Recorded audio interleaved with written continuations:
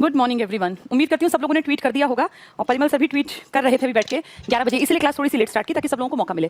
देखो, ये लड़ाई किसी एक स्टूडेंट की नहीं है और ना ही कि ये है कि भाई मेरे करने से क्या होगा, एक एक से ही इकट्ठी ताकत दिखेगी। तो जिसका भी ट्विटर अकाउंट नहीं है वो अपना ट्विटर अकाउंट बना लो और तुरंत से ही कोशिश करना जैसे क्लासेस के बाद ही कि ट्वीट कर दो। एक दिन में जब इतने लाखों और अगर भाई सब लोग जाग गए तो करोड़ों अगर जाएंगे ना ट्वीट्स पे तो उनकी नजर जरूर पड़ेगी और वो सोचेंगे कि इतने सारे लोग इकट्ठे हैं। और ये अकेला एक ट्वीट एक नहीं है, एक बच्चा एक परिवार है, उसके साथ उसके माँ बाप उसके भाई बहन भी हैं। तो सरकार इस चीज पे जरूर ध्यान देगी कि करोड़ों लोग अगर हमारे खिलाफ हो गए हैं तो फिर दिक्कत आ जाएगी। तो ये मत सोचना कि मेरे एक एक करने से क्या होगा, एक एक से बहुत फर्क पड़ जाएगा, बहुत बड़ा फर्क, क्योंकि एक एक करके ही वो 100, 1000, 10,000, लाख, 10 लाख, 20 लाख या करोड़ प्लस दिखेंगे। तो हम सबको कोशिश करनी है, हम सबको ये दिखाना है कि हम सब एक हैं। आप कहीं भी कुछ भी कर रहे हैं लेकिन ये एक ऐसी चीज है जिसमें कि आपका भविष्य सबसे ज्यादा प्रभावित होगा। आपको ये काम नहीं करेंगे एक दिन फर्क नहीं पड़ेगा, लेकिन ये एक एक चीज एक इंपॉर्टेंट रोल प्ले कर सकती है। इसलिए सब लोग जुड़ के अपना काम ये मान के चलना कि ये हमारी नैतिक जिम्मेदारी भी है। जब जैसे क्रांति हुई थी जब अंग्रेजों के टाइम में, तब भी तो देखो किसानों ने, मजदूरों ने, औरतों ने, बच्चों ने सब में हिस्सा लिया। तो ये पढ़े लिखों की एक तरह से क्रांति है जिसका कि जवाब देना है। अब हमें दिखाना है कि हाँ, यूनिटी में पावर है और फिलहाल ये सबसे बड़ी यूनिटी स्टूडेंट्स में दिखनी चाहिए जो सारे पढ़े लिखे हैं। वैसे भी तो पूरे दिन तुम व्हाट्सएप और यूट्यूब पर सब देखते ही हो, एक ट्वीट करने में टाइम भी कितना लगना। जानबूझ के 15 मिनट इसलिए दिए गए ताकि आप सब लोग ट्वीट कर दें।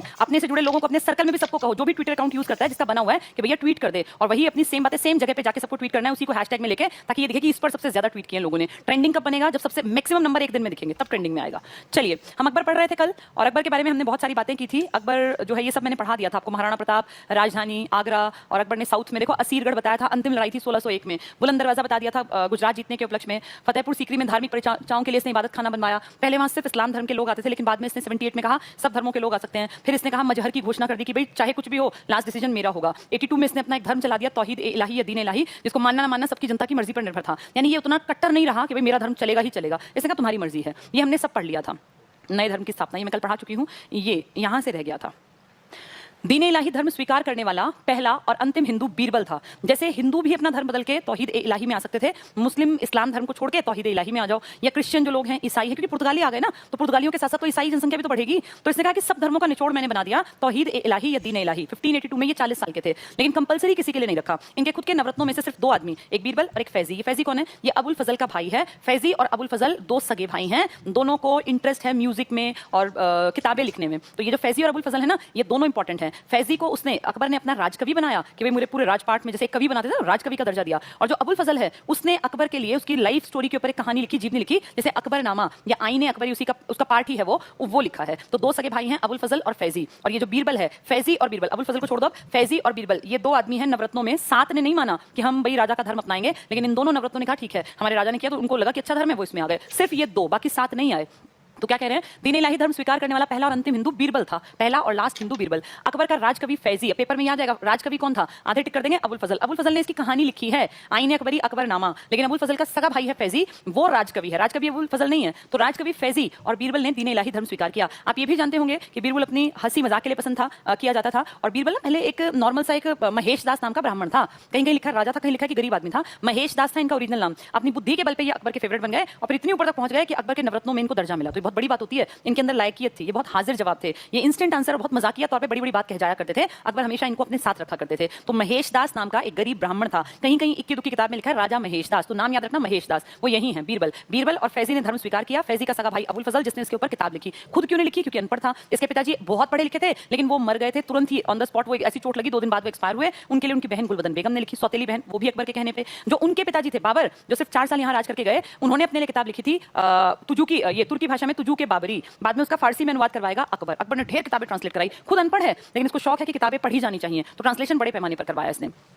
ठीक है। अकबर के दरबार में नवरत्न के नाम से प्रसिद्ध 9 व्यक्ति थे। कौन कौन थे ये 9? एक अंदाजा हमें रहे, बीरबल जो कि असलियत में नाम है महेश दास, एक गरीब ब्राह्मण है, ये जो अपनी चट्टुकारिता के लिए फेमस था। बाद में ये इतना डिवोटेड था कि अकबर के लिए ही लड़ते लड़ते एक विद्रोह हुआ था यूसुफ जाइयों का, ये उसको दबाने गया और वहां से डेड बॉडी वापस आई। तो अपने जिसने इसको इतनी इंपॉर्टेंस दी, इसने उनके नमक का बदला उतारा और उनके लिए ही लड़ता हुआ शहीद भी हुआ। बीरबल, नाम महेश दास। मान सिंह कौन है? मान सिंह राजपूत एक राजा थे पुराने टाइम में, उनका बेटा है मान सिंह। और मान सिंह जो है ये सेनापति बनेगा, और ये वही मान सिंह है जिसने 1576 की हल्दी घाटी के युद्ध में अकबर को रिप्रेजेंट किया था। कहते हैं ना अकबर और महाराणा प्रताप के बीच में, अकबर खुद नहीं गए, उन्होंने मान सिंह को भेजा। मान सिंह उस एरिया को अच्छी तरह जानता है जिस एरिया में महाराणा प्रताप है, क्योंकि सारा इलाका राजपूतों का इलाका था। उस लड़ाई में बड़ी फौज लेके जब मान सिंह पहुंचे तो महाराणा प्रताप जो है वो नहीं जीत पाए, और बाद में देखो वो जंगलों में चले गए थे। मैंने कल भी बताया, एक पहले वीडियो भी बना रखी है कि कैसे उनको राजधानी कुंभलगढ़ से हटा के चावड़ में ले जानी पड़ी थी, वही है ये। तो वो मान सिंह, ये राजपूत थे, लेकिन इनके पिताजी ने एक तरह से अधीनता मान ली थी और इसलिए फिर ये उनके मनसबदार बने, और क्योंकि लायक थे तो उनके मेन सेनापति बने। तो ये भी हिंदू, ये राजपूत हिंदू। फैजी, इन्होंने क्या थे? ये राजकवि, इन्होंने धर्म अपना लिया था जो कि तौहीद इलाही था। नेक्स्ट है टोडरमल, हिंदू ये भी हिंदू है, और ये अर्थ मंत्री हैं, वित्त मंत्री हैं। सारा पैसे का डिपार्टमेंट इन्हीं के हाथ में, राजस्व का सारा काम, कहां से कितना पैसा आएगा, कहां जाएगा, किस एरिया से कितना टैक्स कलेक्ट हुआ, द्वाब के क्षेत्र से कितना आया, दक्षिण भारत से कितना आया, सब कुछ लिखत पढ़त होती थी। ऐसा नहीं कि मर्जी थी, तब भी ये डिपार्टमेंट ऐसे, जैसे आज जीएसटी काम करता है ना, तभी यहाँ पे ऐसे डिपार्टमेंट थे। ये पूरा जैसे सारा सिस्टम फैला हुआ था। और ये मान के चलो, अगर किसी ने बहुत बढ़िया राजपाट चलाया है ना, तो उसका सिस्टम बहुत तगड़ा रहा होगा, तभी इतने बड़े एरिया पे इतने लंबे टाइम तक बैठना आसान है। आज जैसा सिस्टम, कितने लोग काम कर रहे हैं, कितनी ऑर्गेनाइजेशन कंप्यूटराइज है। तब कंप्यूटर नहीं था, तब ऑर्गेनाइजेशन राजा के अंडर ही काम करती थी, लेकिन तब भी हर चीज की लिखत पढ़त थी, किस एरिया से किस गांव से कितना टैक्स आया, राजा ने वहां के लिए क्या किया, सब कुछ लिखा पढ़ा जाता था। और देखो ये कितना धर्म के पार्ट पे अगर देखें तो राजा धर्म देखें तो इस्लाम धर्म का कहीं ना कहीं भाई बिलोंग करता है, लेकिन इसने सारा राजपाट का जो पैसे का देख रखे ना, वो हिंदू आदमी को पकड़ा रखा है। इससे क्या दिखता है कि इसके मन में शायद हिंदू मुसलमानों का वो डिफरेंस नहीं रहा होगा, वरना क्यों ये बीरबल को अपने साथ रखता, जिनका कि नाम महेश दास था। ये क्यों टोडरमल को सारे पैसे का कामकाज सौंपता? भाई राजा का सारा पैसा अर्थ मंत्री तो देखता था कि कहां से पैसा आएगा, कहां जाएगा, कितना राजकोष में है, कितना खाली हो गया। वो अकबर को नहीं पता था। अकबर को क्या पता कहां से कितना आ रहा है? अकबर को तो भाई राजकोष भरा हुआ है, लेकिन वो सारा काम उसने दे रखा था, यानी आंख बंद करके विश्वास करता था पैसे के मामले में एक हिंदू आदमी के ऊपर, जिसका नाम क्या था? टोडरमल। तो ये बहुत बड़ी बात होती है कि आप विश्वास को जीत के उसको कायम रखें। विश्वास जीतना बड़ा आसान है, लेकिन कायम रखना बड़ा मुश्किल है। तो टोडरमल ने और बीरबल ने इस विश्वास को कायम रखा, और इसीलिए ये दोनों इनके नवरत्नों में शामिल हो पाए। ठीक है, ये ध्यान रखना, ये अर्थ मंत्री है, पैसा सारा टोडरमल देखता है, और खूब हंसाने का और दिमाग का जो काम करते हैं वो बीरबल। जो सेना के हेड है वो मानसिंह है, हल्दी घाटी क्षेत्र की यही गए थे। नाम अकबर का आता है बेशक, फैजी राजकवि है। अब्दुल रहीम खान खाना, ये खाने खाना है, खान ए खाना, किंग ऑफ द किंग्स। ये हुमायूं ने कहा था किसको? बैरम खान को, लेकिन वो फेमस नहीं हुआ। अब्दुल रहीम खाने खाना ये उन्हीं का बेटा है, जिनको की बचपन में पाल पोस के, जिनको संरक्षण दिया था अकबर को, जिसने संरक्षण दिया था, उनका नाम क्या था? उनके बेटे के नाम में खाने खाना जोड़ दिया। तो वो कौन थे? वो बैरम खां। उन्हीं को खान ए खाना नाम दिया था हुमायूं ने। वो दोनों अब कैरेक्टर खत्म हो गए। अब उनकी पत्नी से शादी, 60 तक तो उनके अंडर काम किया, फिर 61 में वो चले गए, और वो चले गए हज यात्रा पे, कहते हैं वहीं गुजरात में उनका मर्डर कर दिया। तो उनकी पत्नी और उनका बेटा अनाथ ना हो, तो उनकी पत्नी से शादी की अकबर ने, और उनके बेटे को अपने नवरत्नों में, ये भी लायक रहा होगा तभी नवरत्नों में शामिल हुआ, अब्दुल रहीम खाने खाना। इन्होंने बाद में ट्रांसलेट किया था अकबर के दादा यानी बाबर की जीवनी को, इन्होंने फारसी भाषा में लिखा था। पहले वो तुर्की में थी ना, तुजू के बाबरी, इन्होंने फारसी में ट्रांसलेट किया। ये बहुत महीन बातें हैं, लेकिन बहुत काम की बातें हैं। नेक्स्ट है अबुल फजल, जो किसका सगा भाई है? फैजी का। तो अबुल फजल ने ही लिखी है अकबरनामा, आईने अकबरी। तानसेन बहुत बड़ा गायक, मैंने कई बार एग्जांपल दिया, कहते हैं इनके गायन में इतनी ताकत थी कि दिए में तेल भर के और बाती लगा के रख देते थे, और ये आवाज में इतनी गर्माहट पैदा करते थे कि वो बाती अपने आप जल पड़ती थी। राग मल्हार गाते थे तो कितनी ही गर्मी हो, तुरंत से बादल घिर आते थे और बारिश होने लगती थी। तो ये तानसेन गायकी में नंबर 1 थे। रामतनु पांडे ब्राह्मण, ये इन्हीं का नाम है तानसेन का। रामतनु पांडे ये भी ब्राह्मण है। ये देखो महेश दास, तो सोचो इसने हिंदू मुसलमानों का एक इकट्ठे, एक यूनिटी में इसका विश्वास रहा होगा, वरना तो बहुत सारे लोग तो हिंदुओं को मरवा देते थे। लेकिन इसने इस्लाम धर्म के हैं खुद, लेकिन अपना सारा पैसा भी एक हिंदू राजा के देख रहा है। टोडरमल, बीरबल इसका खास आदमी है, वो भी महेश दास है, और रामतनु पांडे जो कि तानसेन के नाम से प्रसिद्ध गायक है। जब इनका मन करता है ये गायकी कुछ सुनना है, मल्हार राग या कोई भी राग, मेघ राग, तो ये उसको बुलाते। तो देखो हिंदुओं की भी इंपॉर्टेंस थी इनके दरबार में। नेक्स्ट है हकील मुकाम और मुल्ला दो प्याजा। हकील मुकाम और के ऊपर जैसे बहुत सारे अगर आप ढूंढोगे ना, सर्च करोगे, तो इनके बारे में ज्यादा आपको नॉलेज मिलेगी नहीं, लेकिन नाम है, चल रहा है, तो हम भी पढ़ लेते हैं। मुल्ला दो प्याजा मैंने एक दिन बताया भी था, ये नाम भी अकबर का ही दिया हुआ है। कहते हैं हर जब भी खाना पीना होता तो राजा जो था शाही भोज, अकेले नहीं कि अपने किचन में जाके खाएगा, शाही भोज करते थे, और इनके साथ ये नवरत्न बैठते, वहां बैठ के बहुत बड़ी बड़ी भारी भरकम थालियां और ढेर खाना सर्व किया जाता। तो ये 9 के 9 रत्न राजा के साथ ही खाना खाते थे, और उसी टाइम पे फिर जैसे हंसी मजाक प्लानिंग्स हुआ करती थी, क्योंकि खाने पे जब इकट्ठे बैठते हैं तो अच्छे रिलेशंस डेवलप हो पाते हैं। तो वहां पे जैसे सब खाना खाते ना, ये मुल्ला दो प्याजा नाम दे दिया था अकबर ने, क्योंकि ये इनकी थाल में अलग से हमेशा 2 प्याज जरूर मिलते थे। सर्दी हो, गर्मी हो, बारिश हो, सुबह का खाना, रात का खाना, इनके डाइट में हमेशा 2 प्याज रखे जाते थे इनके थाल में, इनके स्पेशल ऑर्डर पर। तो इनका नाम पड़ गया मुल्ला दो प्याजा। ये अकबर का दिया हुआ नाम है, मुल्ला दो प्याजा। ये है इसके नवरत्न। अब अगर एक नाम अलग आ जाए तो आप पहचान कर सको, बहुत आसान है। अगर आपने एक दो बार नाम सुन लिए हैं, पढ़ लोगे, तो फिर आप टिक मार्क कर पाओगे। ये हकील मुकाम, मुल्ला दो प्याजा, तानसेन, रामतनु पांडे ब्राह्मण था, अबुल फजल, बीरबल, मानसिंह, फैजी, टोडरमल, अब्दुल रहीम खाने खाना। किसने ट्रांसलेट किया है? इसने ट्रांसलेट किया है बाबर की आत्मकथा को, तुजू के बाबरी को फारसी में। कौन बहुत बड़ा गायक है? तानसेन, जो ब्राह्मण है। रामतनु पांडे उसी का नाम है। बीरबल का असली नाम महेश दास। कौन इसका वित्त मंत्री है, अर्थ मंत्री है, पैसा देखता है? टोडरमल। 2 सगे भाई कौन है इसमें? फैजी और अबुल फजल। इन 9 में से किसने इसके धर्म को माना? सिर्फ 2 ने, एक बीरबल और एक फैजी ने। अबुल फजल ने नहीं, फैजी ने। राजकवि था फैजी। चलिए नेक्स्ट देखते हैं। बीरबल का असली नाम महेश दास था, ये भी ब्राह्मण है। यूसुफ जाइयों के विद्रोह को दबाने के दौरान बीरबल की हत्या हो गई। अकबर ने बीरबल को कवि प्रिय की उपाधि दी। ऐसे क्वेश्चन आ जाते हैं, कवि प्रिय की उपाधि किसको दी गई है? बीरबल को। किसने दी है? अकबर ने। अकबर के लिए ही लड़ते लड़ते ये मारे गए, और ये महेश दास इनका असली नाम है। और यूसुफ जाइयों के विद्रोह को दबाने गए थे, वहीं पे जैसे ये हेड बन के गए थे तो इनका मर्डर कर दिया गया। ये ध्यान रखना, इनकी डेथ हुई है यूसुफ जाइयों के विद्रोह को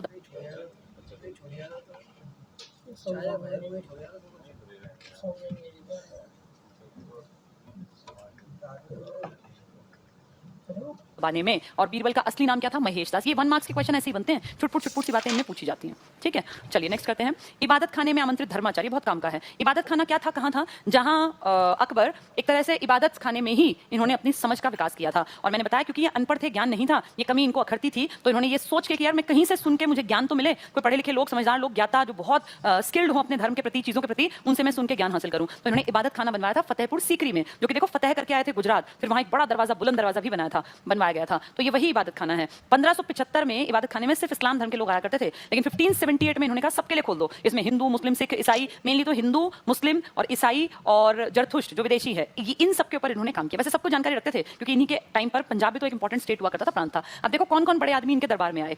हिंदू धर्म की शिक्षा इन्होंने ली, मतलब जो बहस वगैरह की लोगों से बातचीत करके, देवी और पुरुषोत्तम, ये दो बहुत बड़े आदमी हैं, देवी और पुरुषोत्तम। इनसे कोई ऐसा बहुत बड़ा हिंदू में वैसा नाम नहीं है, लेकिन ज्ञानी आदमी थे जिनको इन्होंने इन्वाइट किया। नेक्स्ट है जैन धर्म, बहुत बहुत बहुत इंपॉर्टेंट, ये पेपर में आएगा, बहुत बार आता है ये जैन धर्म वाला, ये मोस्ट इंपॉर्टेंट में है। ये मैंने खूब देखा इनमें से। जगत वाले का नाम तो बहुत आता है, जगत गुरु का बहुत एग्जाम से पूछते हैं। जगत गुरु की उपाधि किसको दी, यानी पूरी दुनिया के गुरु है ये, हरि विजय सूरी। हरि विजय सूरी को इन्होंने जगत गुरु की उपाधि दी। वेरी इंपॉर्टेंट 1 मार्क क्वेश्चन, बहुत बार आ चुका। हरि विजय को, हरि विजय गुरु का नाम है, हरि विजय सूरी को जगत गुरु की उपाधि किसने दी है, अकबर ने। इतना ज्ञान था कि ये कहा आप तो जगत गुरु है, मतलब पूरी धरती के गुरु हैं। और जिन चंद्र सूरी, ये 2 आदमी आए थे जिन्होंने जैन धर्म के बारे में पूरी डिटेल बताई कि कैसे ये जन्मा, किसने इसके शिक्षा को आगे बढ़ाया, वो कौन थे, 24 तीर्थंकरों के बारे में, क्या इसकी दीक्षा है, ये कितने व्रत की बात करता है, सत्य अहिंसा, वो सेम बातें जो सब लोग करते थे, लेकिन अपने अपने धर्म के बारे में बड़ाई करना, अच्छाई और सच्चाई बताना, ये इनका काम था। तो 2 बहुत बड़े जगत गुरु, वेरी इंपॉर्टेंट में टिक कर लेना। ईसाई धर्म, ईसाई कहां से आ गया, क्योंकि हम जानते हैं कि पुर्तगाली इंडिया में एंटर कर चुके हैं 1498 में। अभी ये तो हमने देखा ना कब ये राजपाट संभाला इन्होंने, 1556 में, पानीपत की दूसरी लड़ाई में। उससे पहले ही इंडिया का रास्ता पानी तक पहुंच चुका था, कालीकट के तट तक,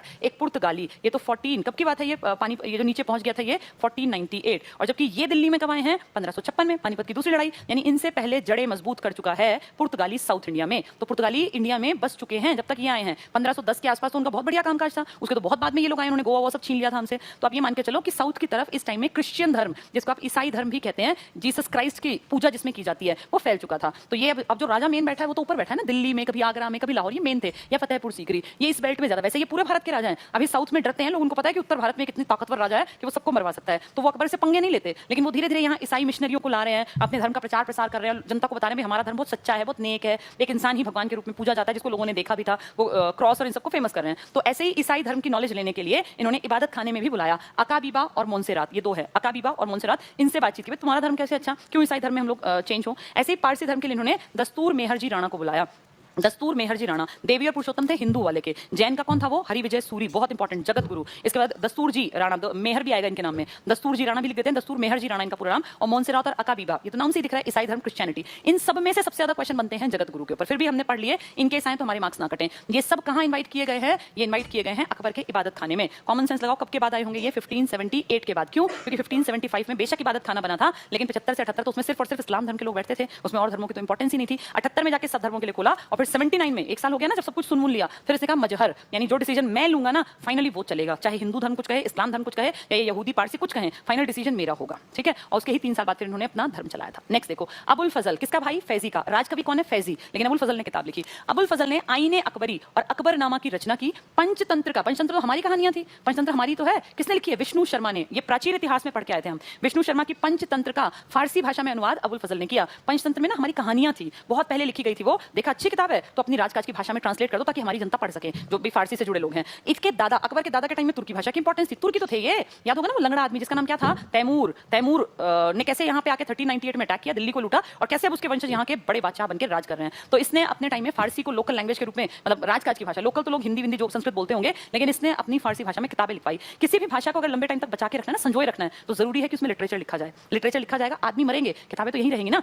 उन किताबों में अगर भाषा तब छपी रह जाएगी तो वो लंबे टाइम तक चलती रहेगी। इसलिए अपनी भाषा को लंबे टाइम तक चलाए रखने के लिए उसमें लिटरेचर लिखा गया। हमारी हिंदी या संस्कृत की अच्छी भाषाओं का भी, जो अच्छी किताबें थी ना, उनका भी अनुवाद अपनी में कर दिया। तुर्की का भी अनुवाद फारसी में कर दिया। अब पेपर में आ जाए, अकबर के दरबार में कौन सी भाषा राजकाज की भाषा थी, तुर्की नहीं थी, इनकी भाषा थी फारसी। देखो ये दिख रहा है इससे, तभी तो सारे अनुवाद फारसी में करा रहा है ये। तो हमारे पंचतंत्र का पूछेंगे किसने किया, तो अबुल फजल। जिसने क्या लिखी है, आईने अकबरी और अकबरनामा। अकबर की आत्मकथा नहीं लिख पाया क्योंकि वो अनपढ़ था। दहशाला व्यवस्था, ये टैक्स का एक सिस्टम था, टैक्स से ही तो पूरा देश चलता था। आज भी टैक्स से ही देश चलता है, बस फर्क इतना है, अकबर टैक्स लेके लोगों को सुविधाएं देता था, आज सरकारें टैक्स लेके सुविधा के नाम पे अपना हाथ पीछे करके सब कुछ बेचती जा रही हैं। जो टैक्स लेगा ना उसकी जिम्मेदारी होगी, क्योंकि टैक्स एक आदमी नहीं देता। अगर टैक्स एक ही आदमी देता होता तो हमें दुख ना आता कि एक आदमी का पैसा कोई बात नहीं, खा गए क्या फर्क पड़ता है। लेकिन देश का पैसा कोई खा जाए और डकार भी ना ले तो ये गलत है, बहुत गलत है। इसलिए हम सबको जरूरत है जागने की। दहशाला व्यवस्था, टैक्सेशन सिस्टम को लागू करने के लिए करोड़ी एक आदमी की पोस्ट थी, जिला अधिकारी की नियुक्ति की गई। पेपर में दहशाला आ जाएगा क्या है, तो दहशाला एक टैक्स इकट्ठा करने का सिस्टम है। दहशाला व्यवस्था पूछ लेंगे किसने स्टार्ट की, अकबर के समय में। दहशाला टैक्सेशन सिस्टम, जैसे आज जीएसटी लगता है ना, गुड्स एंड सर्विसेज टैक्स, कब स्टार्ट हुआ था, 2017 में 1 जुलाई को, ऐसे ही 1 अप्रैल को शायद।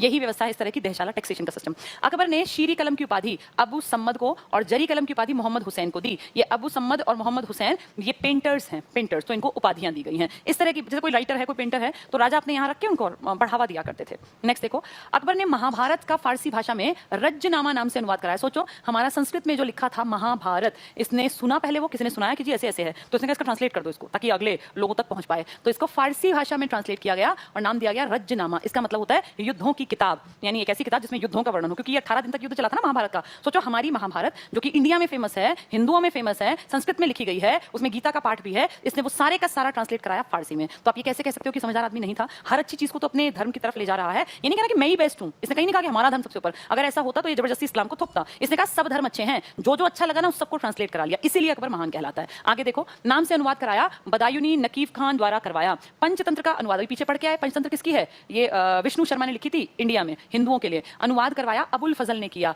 अनवार ए सुहेली नाम से किया गया। नाम नहीं पूछेंगे, लेकिन अबुल फजल किसका भाई है? फैजी का। राजकवि कौन है? फैजी। धर्म किसने अपनाया? फैजी और बीरबल ने। अर्थमंत्री कौन था? टोडरमल। अब्दुल रहीम खाने खाना के पिताजी कौन थे? बैरम खां। ये सब बातें याद रखनी है, ठीक है। आगे क्या कहते हैं? अबुल फजल का बड़ा भाई फैजी। फैजी किसका सगा भाई है? अबुल फजल का। बड़ा भाई है तो बड़े को राजकवि की उपाधि मिलेगी ना, ये राजकवि है। धर्म भी इसी ने अपनाया। लेकिन राजा के लिए किताब किसने लिखी? अबुल फजल ने। पंचतंत्र का अनुवाद किसने किया? अबुल फजल ने। तो बड़ा ये है, लेकिन राजा की किताब ये लिखेगा। राजकवि पूछे तो ये, लेकिन अकबरनामा कहे तो अबुल फजल। दोनों अलग अलग हैं। अकबर के दरबार में राजकवि के पद पर आसीन था। किसकी बात कर रहे हैं? फैजी राजकवि था। किसका बड़ा भाई था? अबुल फजल। 5-6 साल का अंतर था इनमें, इसका बड़ा भाई था। नेक्स्ट देखो, आधे लोग अबुल फजल टिक कराएंगे राजकवि में। 1580 में अकबर ने भू राजस्व के लिए, यानी टैक्स जो लैंड रेवेन्यू लेता होगा ये के लिए दहसाला पद्धति लागू की। देखो टैक्सेशन सिस्टम है ना ये, भू राजस्व। आज भी सरकार हम ही से पैसा लेती है, तब भी लेती थी ना, तब गलत था ना आज गलत है। प्रॉब्लम है सेवाएं तो दो, टैक्स ले लो हमें दिक्कत नहीं, पर सेवाएं तो दो, सरकारी कुछ काम तो करो। राजा के भी यही काम थे, टैक्स जनता देती थी, बदले में राजा देखो उनके लिए क्या क्या करता था। कहीं राजा मदरसे खुलवाता, कहीं राजा सराय बनवाता, कहीं राजा रोड बनवाता, कहीं राजा जो है उनके लिए अस्पताल बनवाता। तो राजाओं ने अगर जनता से पैसा लिया ना तो जनता को सुविधाएं दी, इसलिए वो महान कहलाए। आज सरकारें अपनी जेब भर लेती हैं। कोरोना के नाम पे इतना बड़ा घपला देश में निकलेगा, जानते सब हैं पर बोलता कोई नहीं। ये जो पीएम फंड है, इसका क्यों नहीं एक एक पैसे का हिसाब दिया जाने की बात की गई? ये कह दिया गया इसका हिसाब किताब नहीं दिया जाएगा। अरे भैया, पैसा जनता ने इसीलिए दिया क्योंकि देश पे आपदा आई थी। देश पे आपदा आई, देश की जनता ने पैसा इकट्ठा करके दिया। ये तो शर्म की बात है कि जनता टैक्स भी भरे और आपदा में भी जनता को ही। और याद है तुम्हें कैसे भीख मांगी गई थी? पीएम ने आके लाइव कहा था, सीएम ने आके हर राज्य के ने लाइव कहा था कि जितना बन पड़े उतना कर दीजिए। उतना हम तो कर देंगे, पर तुम भी तो कुछ करोगे। जो इतने सालों से तुम पैसा ले लेके बैठे हो, कभी संचित निधि तुम जोड़ रहे हो, कभी आकस्मिक निधि तुम जोड़ रहे हो, इतने ज्यादा पैसे सरकार के पास है, वो पैसा आया कहां से? और फाइनली जब जरूरत पड़ी तो लोगों को कह दिया कि जो आपके यहाँ काम करते हैं उनको तनख्वाह दे दीजिए और उनको जो अड़ोसी पड़ोसी अगर कोई भूखा मर रहा है तो उसका पेट भर दीजिए। भाई जनता तो कर देगी, जनता ने किया,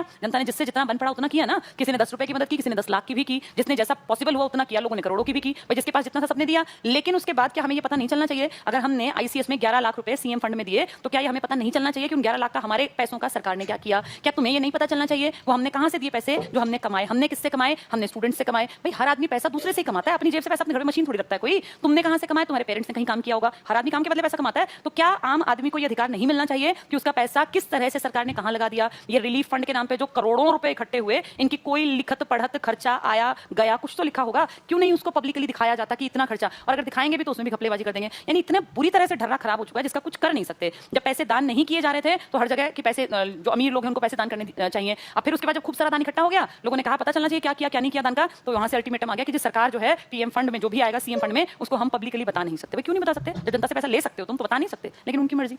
चलिए क्या करते हैं आगे देखें।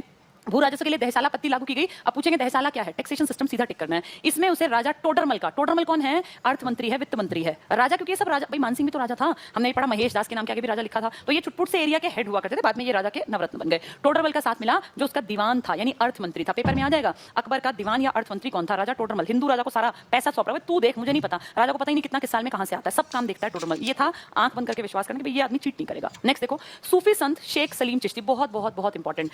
शेख सलीम चिश्ती को बहुत मानते थे अकबर, और कहते हैं कि अकबर के घर में जब इनकी जैसे बहुत सारी शादियां की, लेकिन इनके घर में ना बच्चों के जन्म के तुरंत बाद वो सारे मरते चले गए। कोई महीने में, कोई 2 महीने, कोई 6 महीने, मतलब इनका एक भी बच्चा, एक भी इनका बेटा उम्र नहीं पकड़ पा रहा था कि भाई ये देखे कि चलो राजा की अगली पीढ़ी आ गई और अब राजा को कुछ हो भी गया तो ये संभालेगा। 12-12 साल में लड़के जो राजा बन जाते थे, लेकिन वो जन्म लेते और तुरंत ही वो मर जाते। तो राजा बड़ा परेशान, अकबर बड़ा परेशान। अकबर ने कहते हैं कि शेख सलीम चिश्ती जाके जहाँ पे इनकी दरगाह है वहाँ चादर चढ़ाई और मन्नत मांगी कि भाई मेरे घर में बेटे का जन्म हो जो अगला भारतवर्ष को, इस पूरे साम्राज्य को संभाल सके। और उस मन्नत को मांगने के 9-10 महीने के अंदर अंदर इनके बेटे का जन्म हुआ। तो इनके बेटे का जो जन्म हुआ, उस बेटे को ही अगला राजपाट में हम पढ़ेंगे जहांगीर के नाम से, जो अगला राजगद्दी पर बैठेगा, जो बादशाह बनेगा अगला मुगल साम्राज्य का, जहांगीर। वो कहां मान्यता मांगी थी, इन्होंने मन्नत मांगी थी शेख सलीम चिश्ती की दरगाह में। शेख सलीम चिश्ती के आशीर्वाद से ही कहते हैं वो बेटा जन्मा था, इसीलिए अकबर ने अपने बेटे का नाम शेखू बाबा या सलीम रखा था। यही लॉजिक है। सलीम अनारकली का किस्सा आपने सुना होगा ना, अकबर का तो बेटा था वो। सलीम भी उसी का नाम है जो बाद में जाके जहांगीर बनेगा। और शेखू बाबा इसलिए क्योंकि संत थे जिनका नाम था शेख सलीम, तो शॉर्ट में उनका नाम शेखू बाबा या सलीम था। किसका नाम? जहांगीर का। अगले पहले भारत के बादशाह का, ये इन्हीं का बेटा था। ठीक है, तो सूफी संत शेख सलीम चिश्ती अकबर के समकालीन थे, तभी तो इनकी चादर चढ़ाने पहुंचे थे, इनसे मन्नत मांगी थी, वहां जाके आशीर्वाद लिया था। नेक्स्ट क्या है, दसवंत और बसावन, ये चित्रकार है। दसवंत और बसावन चित्रकार। राजा की एक अच्छी आदत जानते हो क्या थी? ये उस टाइम के टीचर्स की, उस टाइम के आर्टिस्ट की, उस टाइम के डांसर्स की, उस टाइम के गायकों की बहुत इज्जत करते थे, और उन सबके ये पैटर्न थे। मतलब उनका रहना खाना पीना सब दरबार में होता था, उनकी पत्नी बच्चे सब दरबार में पलते पड़ते थे, यानी उनका पूरा खर्चा जीवन भर का राजा उठाता था। क्यों? क्योंकि वो औरों से बेहतर थे, यानी उस टाइम में भी बेहतर लोगों की कीमत थी सोसाइटी में। अब जैसे तानसेन है, क्या काम है इसका? गाना ही तो गाना है। गाना के राजा रोज सुनेगा, राजा का जब मन हुआ महीने 6 महीने में गाना सुन लेगा, लेकिन महीने 6 महीने नहीं कि उसको कहीं बाहर से बुला के लाना है। ये राजा के राजमहल में ही रहेगा, इसके बीवी बच्चे जो है इसके, वो सब राजमहल में पूरा ऐशो आराम का जीवन जिएंगे। यानी राजमहल में तेज दिमाग लोगों की तब भी इज्जत थी, आज भी इज्जत है अगर लोग उस लायक हैं तो, वरना नहीं। नेक्स्ट देखो क्या कहते हैं, तो ये दसवंत, ये नाम एग्जाम में आ जाएंगे, पूछ लेंगे दसवंत और बसावन किसके राजकाज में थे। तो दसवंत नाम का एक आदमी है, और बसावन और अब्दुल सम्मद, ये 3 आदमी और भी नाम आएंगे। अकबर के दरबार में चित्रकार थे, ये ड्राइंग बनाते थे, फूल पत्ती पेड़ ये सब बनाते थे। क्या क्या नाम है इनके? दसवंत बसावन अब्दुल सम्मद, ये 3 बड़े चित्रकार हैं। गायक आपने देख ही लिया, बैजू बावरा जो था ना, बैजू बावरा, वो भी तानसेन के ही साथ था। बैजू बावरा और तानसेन की एक बार आपस में हो गया था, भाई कौन ज्यादा बेहतर। आगरा में इनकी भिड़ंत हुई थी, भिड़ंत से लड़े नहीं थे, लेकिन गाना गाया था। तो कहते हैं बैजू बावरा जो है, हुआ क्या था, आगरा की एंट्री पर बैजू बावरा और उसकी मंडली ना गाने गाती हुई जा रही थी, भजन करते हुए। तो कोई भगवान के भजन करते होंगे, इनको पकड़ लिया गया कि यहाँ कैसे ऐसे गा रहे हो तुम चिल्ला चिल्ला के। इनको ले गए राजा के दरबार में, तो इसने कहा कि मैं बहुत अच्छा गायक हूँ। तो वहाँ जो था नवरत्नों में तानसेन बैठा हुआ था, तो अकबर ने कहा कि भैया तू कुछ भी हो, लेकिन तुम्हारे तानसेन के सामने थोड़ी रुक जाएगा। तो उसने कहा नहीं, कॉम्पिटिशन कर लेते हैं। तो कॉम्पिटिशन हुआ, तो जब पहले बैजू बावरा गाने लग गया, बैजू बावरा ने बहुत बढ़िया गाया, बहुत ही बढ़िया। तो बैजू बावरा जब गा रहा था,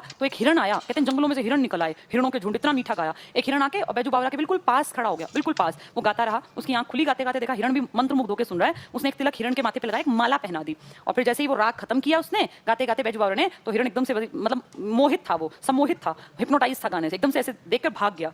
तो फिर आया नंबर तानसेन का। तो बैजू बावरा ने कहा भाई आप मुझसे बड़े हैं, आप नवरत्नों में हैं, तो अगर आप अच्छा गा सकते हैं तो आप उसी हिरण को वापस बुलाओ। तो कभी ऐसे कैसे हमें पता चलेगा कौन सा हिरण है? बोला मैंने उसको माथे पे तिलक भी लगाया था और गले में माला, तो वही अगर आ गया तो मान जाऊंगा कि आप मुझसे बड़े हैं। कंपटीशन तगड़ा हो गया, तानसेन ने खूब गाया, वो हिरण आया ही नहीं। क्या पता कहाँ जाके भाग गया, वो दूर छलांगे भरता हिरण, क्या पता कितनी दूर निकला, नहीं आया। फाइनली जब वो नहीं आया तो तानसेन ने हार मानी और कहा कि भाई मुझसे गलती हो गई, मुझे बहुत घमंड हो गया था, और मेरे जैसे बहुत सारे गायक इस धरती पर हैं। तो फिर बैजू बावरा की इंपॉर्टेंस मानी गई थी। तो बैजू बावरा जो है वो भी अकबर का ही समकालीन है। किसकी और आपस में टक्कर हुई थी? तानसेन की और बैजू बावरा की। चलिए आगे बढ़ते हैं। 1601 में अकबर ने असीरगढ़ का अभियान किया, लास्ट था ना इसकी लाइफ का ये युद्ध। इसके बाद 1605 में तो ये एक्सपायर ही हो गया था। तो 1601 में अकबर ने असीरगढ़ का अभियान किया, ये अकबर का अंतिम अभियान था। और अगर कहें अकबर का इंडिपेंडेंट पहला अभियान, तो क्या टिक करके आओगे? पहला इंडिपेंडेंट मालवा के शासक, याद है उसका नाम तुम्हें? बाज बहादुर के खिलाफ था। बाज बहादुर, पहले वाले के ही नाम में बहादुरी थी, बाज बहादुर। इसकी देखो पत्नी थी रूपवती, बताया था मैंने कि बहुत सुंदर महिला थी रूपमती, उसके लिए इतिहास में लिखा भी गया, लेकिन पेपर में नहीं आता वो। तो मालवा पे इसने पहली चढ़ाई की थी। बाज बहादुर राजा था जिससे ये जीता था 1561 में। ये इसके जीवन का पहला आत्मनिर्भर युद्ध था। और अंतिम युद्ध है इसका असीरगढ़ का अभियान। पहला और आखिरी इंपॉर्टेंट होता है, बीच में तो ढेर लड़ाइयां लड़ी, हर एक के बारे में थोड़ी बात की जाएगी। असीरगढ़ अंतिम है 1601 में, और पहला इंडिपेंडेंट पूछेंगे तो बाज बहादुर से लड़ा था, ये मालवा के शासक थे जिसमें ये विजयी हुआ था। ठीक है, पहला अंतिम दोनों याद कर लेना।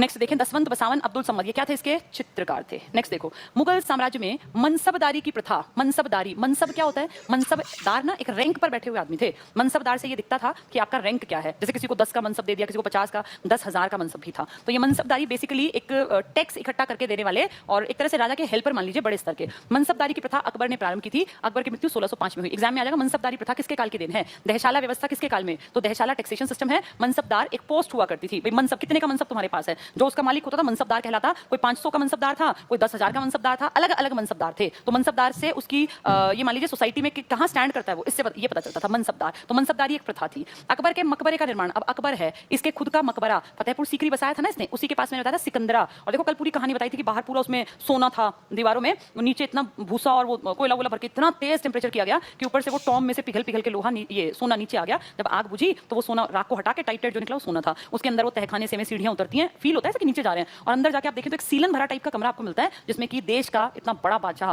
वहां लेटा था। मतलब उसके मरने के बाद उसको वहां दफन किया गया। एक कहानी तुमने सुनी ना, कहते हैं कि दीवारों के भी कान होते हैं। ये सच में आप फील कर सकते हैं कि दीवारों के भी कान होते हैं इसमें, सिकंदरा के मकबरे में, अकबर के मकबरे में। और गाइड को अगर आप कभी जाएं, आपको मौका मिले तो आप देखेंगे गाइड सीरियसली ये बताता है कि वहां की देखिए, और आप एक दीवार पे कान लगाते हैं और उसमें ना डायगोनल, जैसे दीवार ऐसे मान लीजिए ऐसे ऐसे 4 दीवार है, तो यहाँ एक आदमी बोलेगा और आपको यहाँ सुनाई देगा। ये हमने करके देखा, सच में ऐसा है। यहाँ एक आदमी बोलेगा और यहाँ सुनाई देगा कान लगा के। जैसे वो खुले ऐसे नहीं बोलेगा वो, जैसे मान लीजिए दीवार है तो दीवार की तरफ मुंह करके बोलेगा, ऐसे अपने मुंह पे हाथ लगा के और दीवार की तरफ करके कोने में बोलेगा, और उसकी वो आवाज बाहर सुनाई देगी। यहाँ ये किस लिए बनाई जाती थी? खोखली दीवारें, वैसे देखने में बहुत ऐसी मोटी मोटी दीवारें, ये इसलिए ताकि मैसेज कैसे कन्वे किया जाए, अंदर से बाहर कोई खास गुप्त बात पहुंचानी हो तो दीवारों के भी कान यहाँ से निकले हैं। सच में ऐसा है कि आप यहाँ कुछ भी बोल दीजिए, आप बोल दीजिए मेरा नाम राम है, बहुत धीरे से मेरा नाम राम है, वो दूसरे को उतनी ही उससे मतलब डबल स्पीड में कान लगा के वहां खड़े होंगे तो सुनाई देगा। देखो कितना खोखलापन, कितना, ये सोचो आर्किटेक्ट कितने तेज दिमाग थे कि वो कैसे ऐसी दीवारें बना रखी हैं कि वो अंदर से खोखली वैसे मजबूत हैं कि आवाज एज इट इज सुनाई देती है।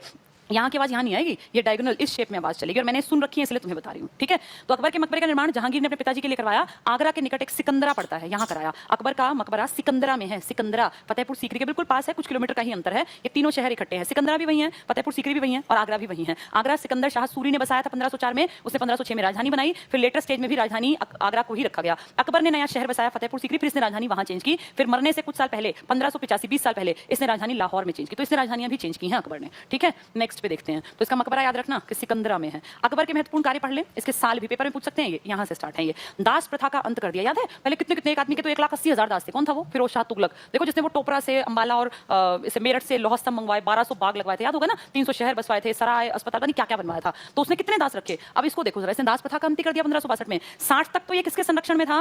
बैरम खां के। 61 में इसने पहला इंडिपेंडेंट अभियान चलाया, मालवा के प्रसिद्ध शासक थे बाज बहादुर, उनके खिलाफ जीत भी गया। 62 में इसने अपने आप को मुक्त किया हरमदल से, जो इसकी वो धाई मां थी ना जिसका नाम था महामंगा, जिसका कि बेटे को इसने मरवा भी दिया था चीटिंग करने के चक्कर में, और उस शोक में उम्र भी गई थी। 1562 में जैसे ही आजाद हुआ ना पेटीकोट साम्राज्य से, इसने कहा दास प्रथा भी खत्म करो। तो अच्छे काम स्टार्ट कर दिए तुरंत आजाद होते ही। दास प्रथा का अंत कर दिया 62 में। तीर्थ यात्रा, पहले लोगों को तीर्थ यात्रा करने के बदले टैक्स देना पड़ता है, क्यों लेते हो पैसे? कोई अपने भगवान को याद करने जा रहा है, चाहे हिंदू है चाहे मुसलमान है, क्यों लेते हो पैसे? तीर्थ यात्रा कर समाप्त कर दिया 63 में। इसके बाद जजिया, जजिया याद है कितना भयानक था, जिसमें हाथ पे थूकते थे और पैसे, एक तो पैसे दो उसके बाद हाथ पे थूकेंगे, क्यों? क्योंकि हम इस्लाम धर्म के नहीं है। तो गलत तरीका था ना ये, दूसरे आदमी को डिग्रेड फील कराने का। बंद कर दिया, जजिया कर समाप्त कर दिया 1564 में। नहीं चलेगा ना जजिया लगाना जो गैर मुसलमानों पे लगता था, ना ही तीर्थ यात्रा का कर लेना। दासों का जो बुरा हाल चला रहा था वो भी ठीक कर दिया। फतेहपुर सीकरी की स्थापना की 1571 में। फतेह किसकी करके आया था? गुजरात की। कौन सा दरवाजा? बुलंद दरवाजा। फिर यहाँ पे राजधानी भी ले गया। इसी के पास पड़ता है सिकंदरा। जब ये एक्सपायर हुए तो सिकंदरा में इनको दफना दिया गया।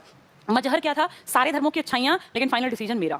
ऐसे तो धर्म लड़ पड़ेंगे आपस में, तो फाइनल डिसीजन मेरा। किसने कहा? ये अकबर ने। इसे कहते हैं मजहर की घोषणा 1579। इबादत खाना कब बनाया था? 75 में, लेकिन स्टार्टिंग में सिर्फ इस्लाम धर्म के लिए था। 78 में कहा सबके लिए खोल दो, तो सबके लिए खुलेगा तो आपस में बहस तो चलेंगी, लड़ाई तो होंगी। फिर बोला मजहर की घोषणा। 79 में मजहर, 78 में सबके लिए खोला, फिर मजहर आया 79 में। इलाही संबत, दीन इलाही के बाद आएगा। इलाही संबत की शुरुआत 82 भी लिखा मिलता है, 83 भी। इलाही अगर धर्म पूछेंगे, दीन इलाही को इलाही कह देते हैं, दीन इलाही तौहीद इलाही एक ही चीज है। तो इलाही अगर पूछें संबत तो 83 टिक कर देना, और कहें इलाही जो धर्म चलाया नया, वो दीन ए इलाही भी लिख सकते हैं और सिर्फ इलाही भी लिख सकते हैं। तो दीन इलाही और इलाही एक ही बात है, या तौहीद इलाही। ये 1582, तब ये 40 साल का था। राजधानी लाहौर कब ले गया? जब ये 20 साल इसके डेथ से पहले, 1585। तो 3 राजधानियां हो गई ना, पहले आगरा थी, फतेहपुर सीकरी ले गए, और कब बसाया था? 71 में। फिर 85 में वहां से उठा के ले गए लाहौर। ये एक्सपायर जब हुए तो इनका मकबरा कहाँ है? सिकंदरा। कहाँ पड़ेगा? आगरा के समीप। आगरा के पास ही 36 किलोमीटर में फतेहपुर सीकरी है, और वहीं पे आगरा के पास ही पड़ता है सिकंदरा, कुछ किलोमीटर में ही। उम्मीद करती हूँ ये सारे तुम्हें याद हो जाएंगे। जब मैंने याद किए थे ना, तो मैंने इसको एक छोटा तरीका सा बना लिया था ताकि याद रह जाए। क्या तरीका था तुम्हें भी बता दूं ताकि तुम्हें दिक्कत ना हो। देखो मैंने तो ऐसे याद किया था, द दिख रहा है, यहाँ 2 टिक कर देंगे,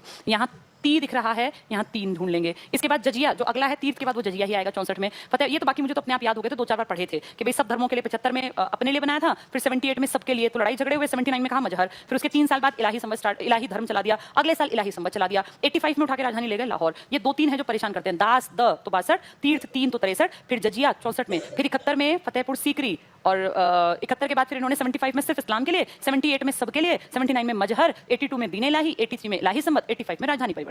ये ध्यान रखने पड़ेंगे, बार बार पढ़ के तब याद होते हैं ये, अदरवाइज तो ये सिर में दर्द कर देते हैं इतने सारे काम। पर देखो इतने सारे अच्छे अच्छे काम कर रहा है, इसलिए इनकी बात कर रहे हैं हम। ये लास्ट में लिखवा दिया, इबादत खाने की स्थापना 75 में।